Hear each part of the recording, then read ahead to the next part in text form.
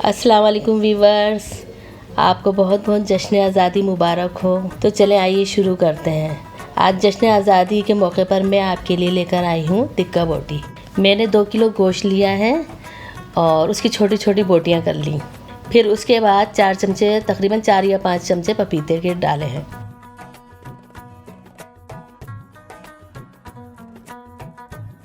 नींबू का रस, वो भी 4 या 5 चमचे आप डाल दीजिए इसमें। और लहसुन अदरक का पेस्ट, ये आप तकरीबन 3 चमचे या 4 चमचे ये भी डाल लें। और ये कचरी पाउडर जो है वो 1 चमचा आप डाल लें। 2 चमचे हम कुटी मिर्चें के लेंगे।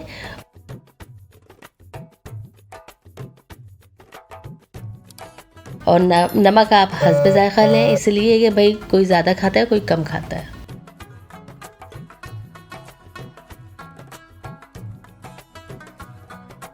सफ़ेद ज़ीरा और सफ़ेद धनिया कूट के आप डाल दें।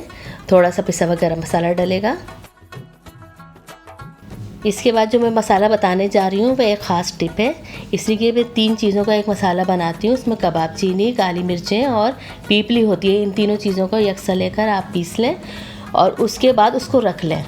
तो आप टिक्का बोटी बनाएं, कीमा बनाएं, कबाब बनाएं, जो भी बनाने जाए उसमें अगर थोड़ा सा आप ये मसाला डाल देंगी तो इससे मज़ा दुबाला हो जाता है। ये डाल के अब आप अच्छी तरह इसको मिक्स कर लें। सारा मसाला जो है मिल जाए बोटियों में और बहुत अच्छी तरह मिलेगा। बहुत देर तक आप इसको मिलाती जाएं और इसको फिर छोड़ दें तकरीबन 3-4 घंटे के लिए।